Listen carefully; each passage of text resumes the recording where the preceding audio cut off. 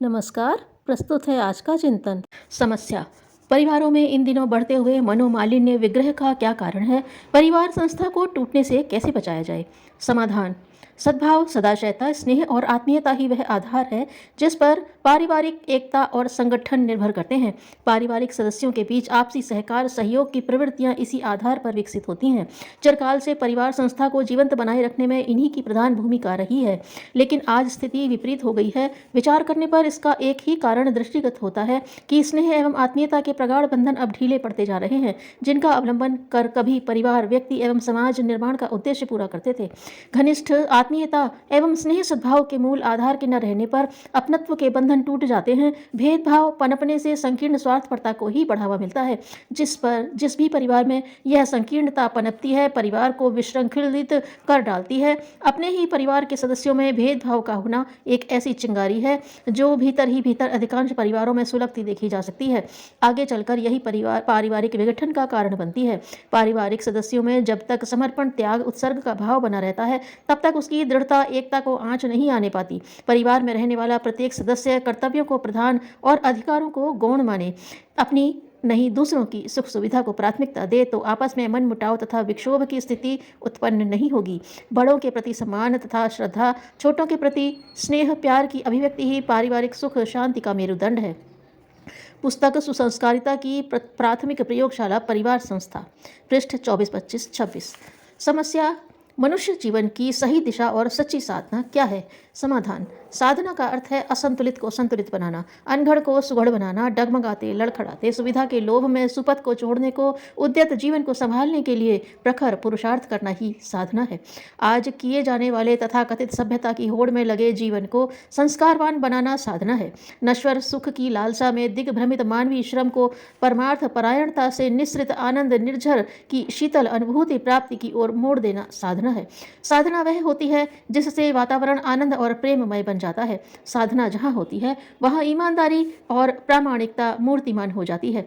ऐसी साधना कर्मकांडों से नहीं, आंतरिक पवित्रता, विशुद्ध प्रेम भावना, स्वार्थ त्याग आदि सद्गुणों के पोषण और विकास से होगी। साधना कठिन होती है क्योंकि हमें अपनी कमियों का अध्ययन करना होता है, फिर उनके उन्मूलन के लिए प्रयास पुरुषार्थ करना होता है। हम ही कपड़ा, हम ही धोबी और हम ही रंगरेज होते हैं। यह स्थिति साधक के लिए कठोर होती है। यह कार्य हम अपने नियमित जीवन, व्यवसाय अथवा उद्योग में कर सकते हैं। आवश्यकता है साधना के नाम पर पलने वाले भ्रमों में न उलझकर व्यक्ति की प्रत्येक प्रवृत्ति को, नित्य जीवन की सहज क्रियाओं को साधनामय बनाए, फिर देखें कि उसका समाज और संसार पर कैसा सुखद परिणाम होता है। जिस दिन इस सहज प्रक्रिया से सहज जीवन विकसित होगा, उस दिन संसार का दूसरा ही रूप होगा। जीवन जीने की कला पुस्तक, पृष्ठ 12-13-16। समस्या। क्या दोषों को प्रकट कर देने से मनोगत दोषों में सुधार होता है? समाधान। दोषों को प्रकट कर दिया जाए तो मस्तिष्क का बहुत सा बोझ हल्का हो जाता है और आत्मविश्वास का नैतिक पथ प्रशस्त होने लगता है। अपने दोष व्यक्त करते हुए आंतरिक निष्कपटता पा लेना जितना जरूरी है, उतना ही दोषान्वेषण की प्रवृत्ति के त्याग में भी स्वभाव रहना चाहिए।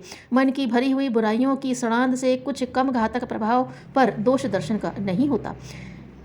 मन को दोषों में रस नहीं लेने देना चाहिए, फिर वे अपने हो चाहे पराये। दूसरों में दोष न निकालना दूसरों को इतना उन दोषों से नहीं बचाता जितना अपने को बचाता है। गुणों का चिंतन न करें, केवल अवगुणों पर ही दृष्टिपात करें, तो अपना प्रत्येक परिजन भी अनेक बुराइयों, दोषों से ही ग्रस्त दिखाई देगा। अतः स्नेह, आत्मीयता, सौजन्यता तथा प्रेमपूर्ण व्यवहार में कमी आएगी, जिससे जीवन के सुखों का अभाव हो जाएगा। दूसरों के अवगुणों की उपेक्षा की दृष्टि से देखना उचित है, जबकि स्वयं के संबंध में अत्यंत ही कड़ा रुख होना चाहिए। अपनी बुराइयां देखते रहना एवं उनके निराकरण का प्रयास करना नित्य अनिवार्य माना जाए। गुणों की पौध भी तभी अंकुरित एवं पल्लवित हो सकती है जबकि मानसिक विद्वेषों को समय समय पर मस्तिष्क से निकाला जाता रहे। इससे चित्त, मन, स्वास्थ्य प्रसन्न एवं मस्तिष्क विकासशील बना रहता है।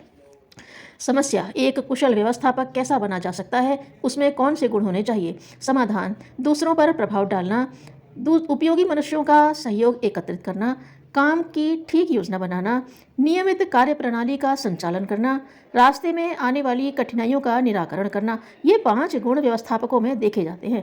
वे मधुर भाषण, शिष्टाचार, सद्व्यवहार, लोभ, भय आदि से दूसरों को प्रभावित करना जानते हैं। अनुपयोगी, अयोग्य लोगों की उपेक्षा करके काम के आदमियों को सहयोग में लेते हैं। लाभ और हानि के हर पहलू को वर्तमान परिस्थितियों को ध्यान में रखते हुए अनुभव और आंकड़ों के आधार पर सूक्ष्म दृष्टि से विचार करने के पश्चात वे अपने काम की योजना बनाते हैं।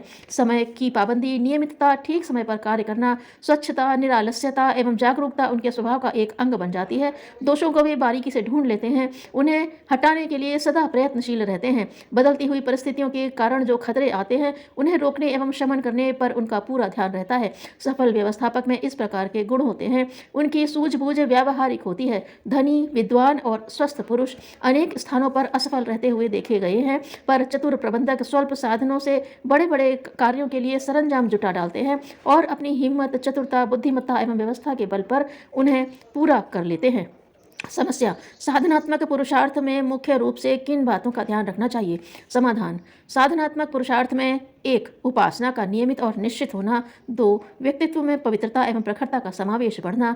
3. तपश्चर्या की संयम एवं सेवा शर्तों को पूरा किया जाना। ये 3 चरण हैं। साधक इन्हीं के सहारे इतना सशक्त बनता है कि अंतराल से सिद्धियों का उभार, संसार से सम्मान, सहयोग और अदृश्य जगत से दैवी अनुग्रह की विद्युत वर्षा होने लगती है। उपासना में सप्ताह में 1 दिन अस्वाद, ब्रह्मचर्य एवं मौन की संयम साधना पर जोर दिया गया है। साथ ही नवसृजन के लिए अंशदान की उदारता बरतने में निष्ठावान रहना चाहिए। इन्हीं तपश्चर्या की नीति अपनाने का अंगुली निर्देश समझा जाना चाहिए।